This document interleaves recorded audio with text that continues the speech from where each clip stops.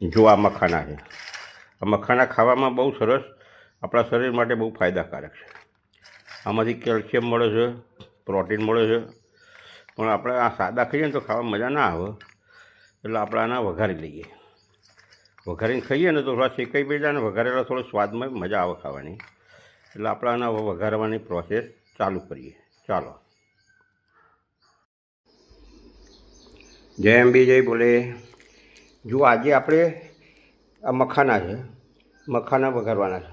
તો એમાં શું જોઈશે? જો મખાના, આ મરચું છે, હળદર છે, મીઠું છે અને આ તેલ છે. આટલી વસ્તુ જોઈશે. હવે મખાનાના એટલા બધા ફાયદા છે કે આમાંથી કેલ્શિયમ બહુ મળે અને પ્રોટીન પણ મળે છે. આ ખાવાથી બહુ આપણા શરીરને ફાયદાકારક છે. તો ચલો હવે આપણે આને વઘારી લઈએ. જો આપણે તેલ મૂકી દીધું છે, ગેસ સળગાવી દીધો છે. તેલ ગરમ થાય એટલે આપણે મખાનાને વઘારી લઈશું. મખાના બહુ ફાયદાકારક છે, શરીર માટે બહુ ફાયદાકારક છે. જો આ તેલ ગરમ થઈ ગયું, આપણે મરચું નાખી દઈએ, હળદર નાખી દો, મીઠું નાખી દો, કરી નાખો મિક્સ બધું. ગેસ ધીમો કરી દેજો, ગેસ ધીમો કરી નાખો. બસ હવે નાખી દો મખાના, હલાવી નાખો.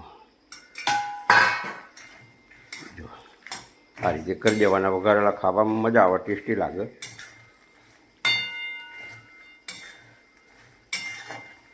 હલાવી નાખો. રોજ આપણે 8-10 નંગ ખાઈએ ને એટલે બહુ ગુણકારી છે. કેલ્શિયમ ભરપૂર મળે છે, પ્રોટીન ભરપૂર મળે છે.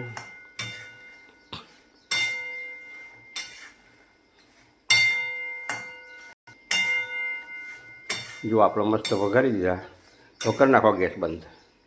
ગેસ બંધ કરી નાખો અને વાટકામાં કાઢી નાખો. લઈ લો વાટકામાં.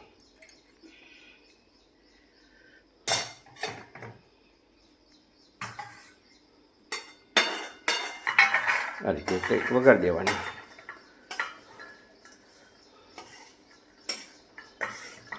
આ તો અમે થોડા વઘાર્યા છે, વધારે વઘારવા હોય તો વઘારી રખાય. ખાવાના રોજ.